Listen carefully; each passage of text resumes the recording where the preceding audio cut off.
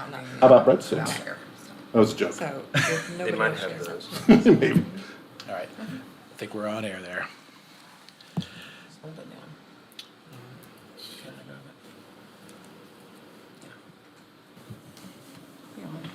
Yeah. Okay, welcome everybody to the Thursday, September 7th meeting of the Business and Community Affairs Committee in the City of Norman. Today, we have one topic on the agenda, and I believe that is discussion around parks and recreation security cameras. I believe that staff has a presentation for us, so if you do, I'll go ahead and turn it over. Yeah, thank you, Councilmember Jason Olson, Director of Parks and Recreation. Over the summer, we've had quite a few break-ins at Westwood Water Park, so this is kind of where this presentation is starting from. We've also seen quite a large uptick in vandalism in parks, and just wanted to give you a quick rundown of what our security cameras are at Parks and Recreation facilities. We don't really have any surveillance per se at any of our parks. Most of those are at our facilities, but love to give you a rundown and getting feedback from council of what they see or any improvements that we think that we can make. So this is just basically an overview of some of our cameras at rec centers. Just kind of what we can see if some incident happens. We do have them all at our centers. A lot of these are faced at our doors. When you come into any one of the rec centers, we do have basically a fob entry access control to all the centers. So very important when you have access control to make sure that that key fob does correlate with who's coming in the door. Sometimes we can pick up. It will have a signature basically every time we fob in and out who's supposed to have that fob, and especially with our rec centers being connected to schools, two of them, Whittier and Irving. We wanted to try to tighten up that as much as possible. We've seen Whittier and Irving entries into the gym, and actually if you walk through the rec center portion, you can get into the school portion. We've always kind of seen that as a soft security problem. We believe we have tightened that up a little bit, and our SROs at the schools do know about those and do know that that's city property, and we haven't always had that communication, even though it's kind of very confusing when you walk into a rec center that's at a middle school to communicate to them that you're walking to a city facility, but you can have access into the school from the city facility. So in the past couple years, actually this was a COVID grant we got through where we fixed Whittier and Irving and 12th Avenue and updated that security. When we had the HOPES grant, we were able to put in these access controls along with cameras at some of our facilities. Little Axe did come on a little bit later. We do have childcare out there for Little Axe schools, but in short, these are the views that you would have. Oh, I don't know what the heck I just did. Hit the wrong button. Going on to our next slide, the upper left-hand corner of that would be what the view we have of cars. It's our only parking lot view we have at Westwood. The majority of all of our other views are inside the park. We do have over 100,000 visitors every single year to Westwood. We have adjusted some of our rules where we don't let in underage or kids under a certain age, and I believe that if you're under 12, you have to be under a supervision of an adult, somebody that's 18 or older. That has cut down on a lot of our problems this year because you got middle school kids coming in and supervised. Sometimes they can get a little crazy when they're playing in the lazy river or whatnot. But like I said, the main portion of this has come from our bunch of break-ins that happen in the aquatics parking lot or golf course parking lot.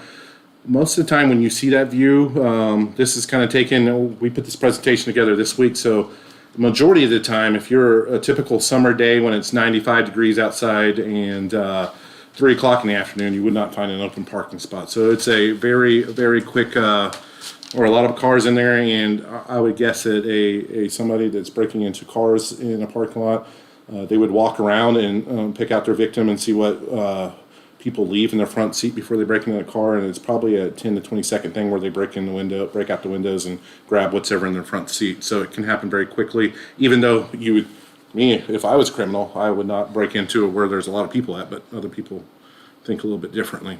And is that where you're seeing the majority of the incidents is out That's where Westwood we're, in the parking lot?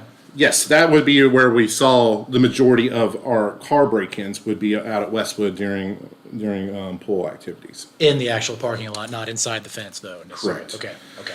Last year, like I said, with middle school age kids, we did have a lot of things happening inside the park, but now that we've kind of cut down back on that, where you have to have adult supervision, it seemed that got a lot better this year. And we did have a few incidents last year, and it was a a TikTok thing where you would basically freeze. I forget, you might know the name of those little balls you can get. Zorbies. Yeah, of course, Orbeez. Orbeez. There we go, Orbeez. It was a TikTok challenge for a while, and we were having problems last year. But you would go by and film yourself doing basically a drive-by shooting with Orbeez, and we had 3 or 4 instances of that last year, and you can imagine the panic that caused every single time that happened. But this year we didn't have those problems. Main problem we had was car break-ins, and we even had a police officer that went there, took his family there in the evening, that had their car broken into. Councilman Grant. Was there any, like when you recognized that it was becoming a pattern, was there any messaging about valuables and locking up your cars, or that there'd even been break-ins? We did not coordinate very well. The Parks Department did not coordinate very well on that messaging about getting stuff out of their front seat. We probably had a handful, 5 or 6 break-ins this year in the car windows. One of them was the right person, I guess, it happened to, and it got communicated to the council member, mayor, and kind of Daryl, city manager, and it got kind of passed on to basically they wanted to know what our security measures are there. Now, last year when we had the Orby challenge going on, there was a lot of communication going on with the police department, and we were putting out social media messages, and I think we even found the kid that was doing it, because he did it 2 or 3 times, which is crazy to me. But yeah, it's risky, especially in the age of mass shootings. Is just bringing a gun there and firing it off. It's a little crazy. So also within, like, asking for trouble. looking at more surveillance and whatnot, could also add in that messaging component. We do have signs basically out at Westwood everywhere, just giving everybody warning you're on, you're being recorded on surveillance Or like videos. if it was like a string of them, like the third one, it's like, oh, okay, we definitely got a problem. Yeah, well, we did that. We did coordinate with it, and there was a problem at the schools as well. They were having people doing Orbeez type things. Orbeez. Yeah. Yeah. We offer lockers inside Westwood, don't we, for people to Correct. put stuff in? So, I mean, even if it was just some additional signage that said, don't leave your valuables in the car, we provide lockers inside the facility, kind of just We could tighten up on our message. a little of more, I course, a think. little Yeah, bit yeah, better. absolutely. Councilman Rowland. What time of day did you say these were happening? In the daytime? They were happening in Broad broad daylight. It would happen anywhere between, I would say, we are open. It would not typically happen. Our open hours are 1 to 8 for the public. We do open up at 12 to 1 for our members to have early access and get chairs and get first dibs on lockers and all that good stuff. But I would say the majority of this would happen between those time periods when there were a lot of people at the pool. And I don't know if Captain Riddles might be prepared or not to talk about it, but was there, like, who might have been responsible for it? Was it like a group of people? They're hitting other places around the city too? Or is it just some random individuals walking around the parking lot? Or No, I wasn't prepared to talk because I didn't even get the. yeah. But I could tell you that would be hard because auto burglaries are not uncommon throughout the metro area. Yeah, So to yeah. try to isolate it down to one group or another group would be. I mean, It's the number one on the weekly report every week. It's in our city's car not theft unique is to the- that. If you went to any city in the metro, you would see the same yeah. stat, same problem, same issue. So I don't know if that Yeah. answers your question. Yeah, no, I appreciate that, but yeah. And we did get a notice from Chief where, I don't have very much information to back up, but they thought that they found the perpetrators that were doing this. If perpetrator is the right word, this is me trying to act cool. But the people that were doing it, they thought that they might potentially found them on Facebook and figured out their patterns. And he gave me warnings like between 3 and 5 on Saturday. We think that it might be possible for our next break-ins. And I know he had that traffic or thought he had some intelligence on that. And I don't think that I think they were higher patrol that day, but I don't think they ever came to fruition. But police department is very good on. Once they see patterns, they try to investigate it and try to figure out who it is and try to catch the people in the act. And once again, it's this car break-in. It's not on the cameras that we have out there, and it's not like it is on when you're watching CSI or anything like that. We can zoom in and the pixels go away like that. It's just, it is what it is. We can zoom in a little bit. We can tell the race of the person.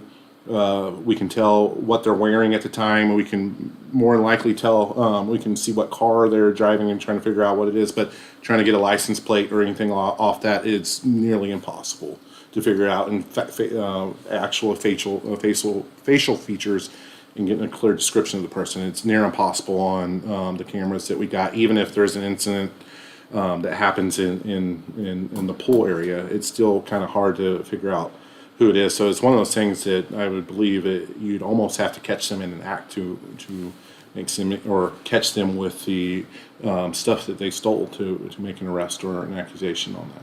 Could you get that info if you had better equipment? I don't know, and that would be a great question for our IT department. I think that what we have out there is pretty good. Okay. I think we could probably have more out there, and that would probably help to help us figure out what's going on or who's doing it. I think if we have more cameras, I think that would probably help. Right now we have one.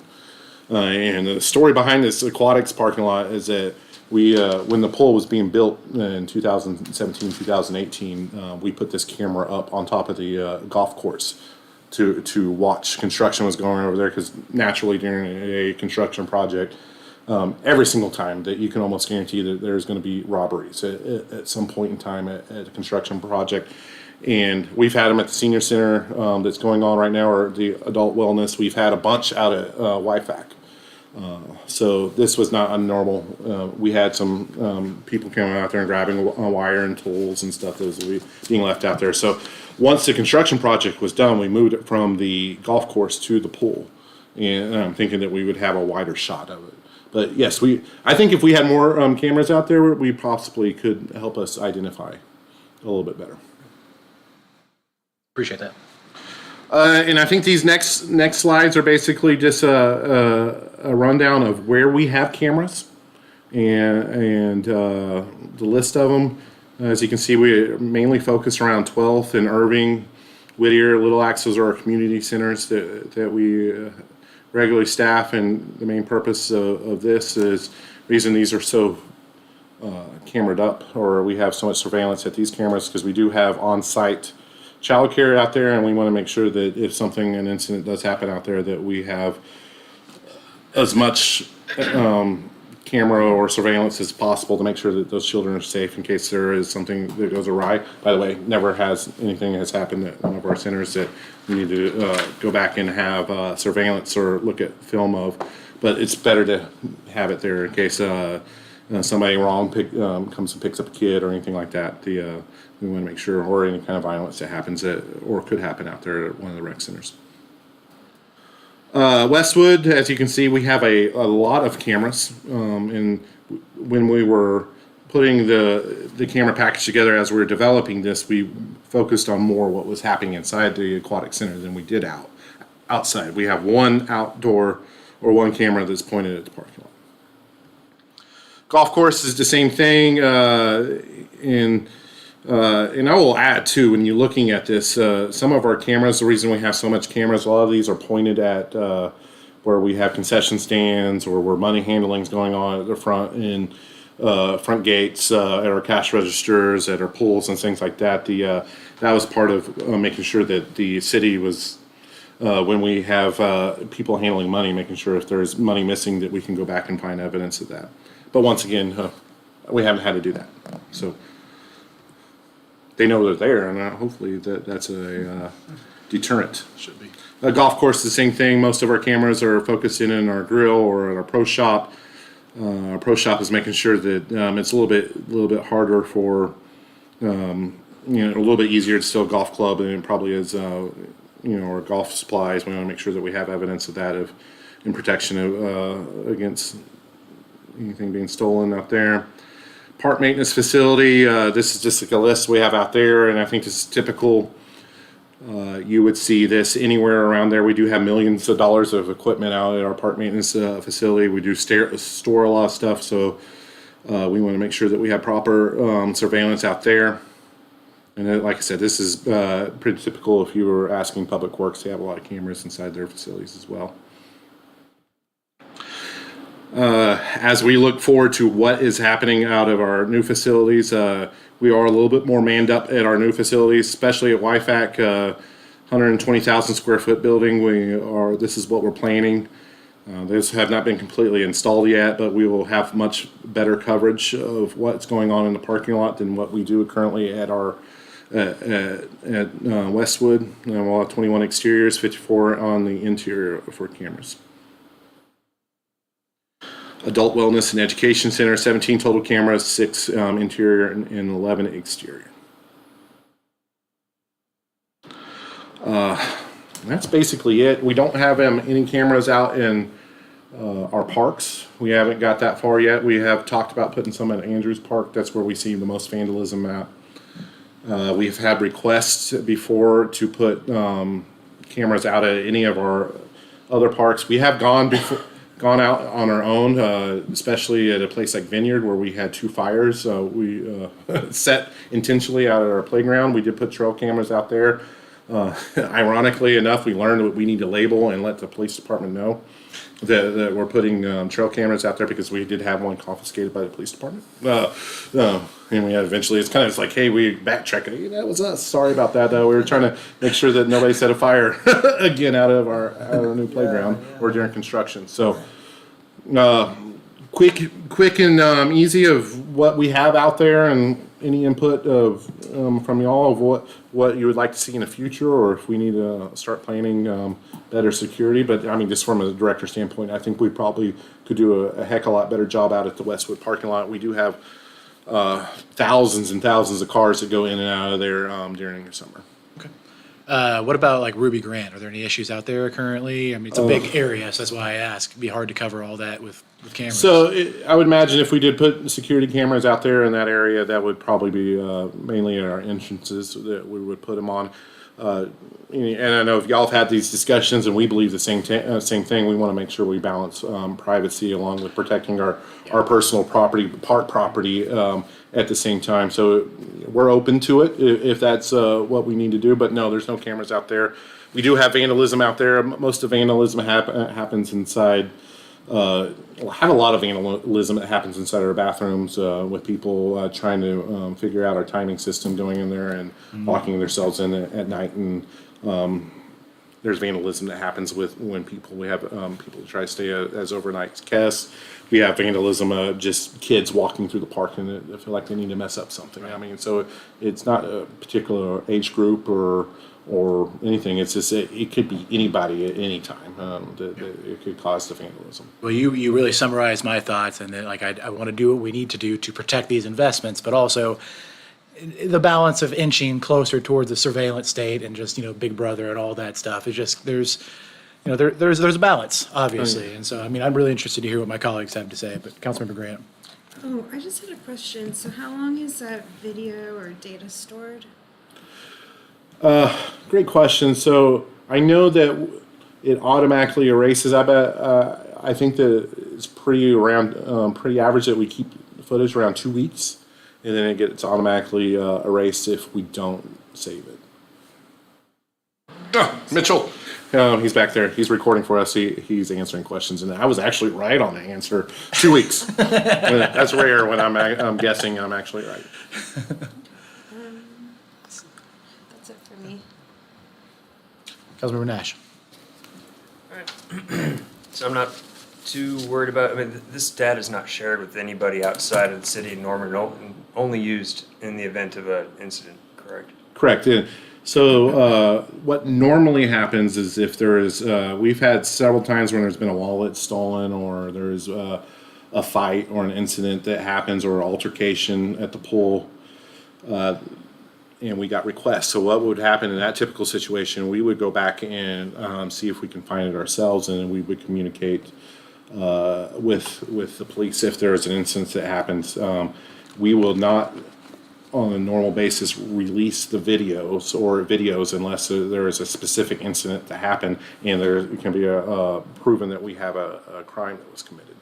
But besides that, we do not go back, and usually we don't review it because we don't have the staff to go back there and look at stuff that happens. So there has to be a crime that happens or some incident that happens or an altercation, a request, and park staff would go back and see if we can find what the incident was. And if there was an incident, we would share it with the police before we would release it back to the public. But Okay. we have not released any video that I remember out to the public. So who all has access on a day-to-day basis to the data, and what kind of controls are in place to prevent unauthorized access? There are only certain people in the department that has, in our department, it's all on the admin level that has access to it. It has to be approved by myself or by IT. IT, any of them probably have access to go on and look at the camera views, but besides that, you have to have permission from the director to have access to the cameras. And it's very limited. It's either our managers, our division managers that have access to it, or on an individual site, that's our site supervisors that would have access to it. Okay. I like the idea of putting a few more in the parking lots, because car break-ins are getting more and more rampant, especially if there's, like with the YFAC, when there's going to be events that happens, people are going to know there's going to be a lot of cars there in the parking lot with a lot of attention inside, not outside. I don't know how often we have catalytic converter thefts here, but Ironically, we've had our own vehicle. Now, used to at Westwood, our golf maintenance staff would have a truck out there, and ironically, the very first night that we put a truck out there, they stole the Cadillac converter out of the truck. So now we keep the truck inside. But yes, I think that does happen. That's more. I would think that takes more time than just a simple break-in and smash and grab. You have to go in and spend some time getting that out there. But yes, it has happened before. yeah, people do these things because they think that they can, and if we can put a few, and put a stop to some of them, and get the message across to the rest that they can't, then I think that'll go a long way. Yeah. Just let us know what you need if you need us to do anything. Or, yeah. I think the biggest thing is that I think we're clear on the direction that you want to take our high use, special use revenue making facilities. I think we're covered everywhere besides Westwood. I think the feedback for you on how we would do that at a park would probably be nice. I don't know, not necessarily we need direction today, but probably at Andrews, Ruby Grant, or community parks that see a lot of traffic. Just figure out if and how we want to do that in the future. Yeah, I think I'd have a comfort level, like Councilmember Nash said about parking lots. That seems like a really low-hanging fruit in an area that's getting attacked quite often, so I'd support that. I think you made a good point about entrances, catching people as they leave and enter facilities, and I'd also even support, upgrading the equipment we have in certain places, especially out at Westwood. If you're not able to get the data you need off the equipment you have, let's get you the tools that work. So I think all this is a good thing as long as we, again, keep a balance on it and make sure that we've got protections in place.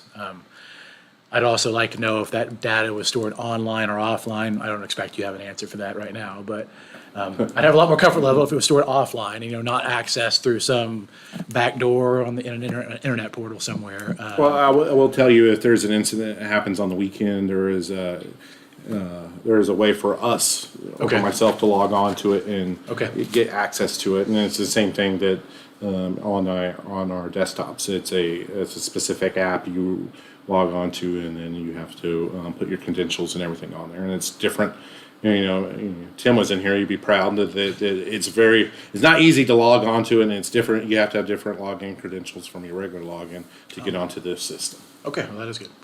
Councilmember Grant. Would it be possible to kind of get a budget overview, like as you talk about these projects, like what is the cost for the camera? And then I assume if you're adding more, does that up the cost with the service that we're using to monitor, or? So I think store we data? we already own the software that we use to view it on, and I don't think there's any limit to when we add it on there. You just buy a license per camera, so that's included in the cost of the camera, and then you have access through the software permanently after that, as long as we don't change our software. But there's definitely a cost that goes along a fixture, and I'm sure the higher grade camera you get, the more expensive it is. Also, to network that or figuring out how to connect it to the network, there's a cost with that, and then your licensing fee per camera that goes back to the software we use.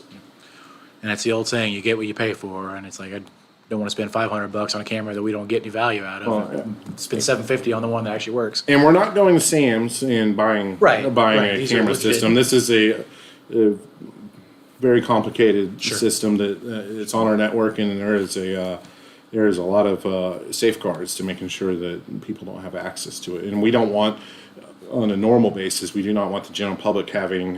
There's all kinds of worry, especially Right.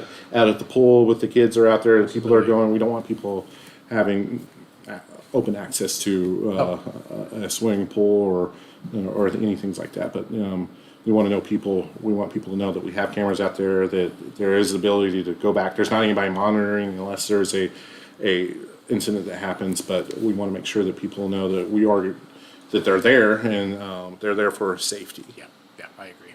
So, well, I appreciate that presentation. I mean, I think we have everything we need on this, and you just kind of let us know what we can do to help move forward. And if there's no other comments, this meeting is adjourned.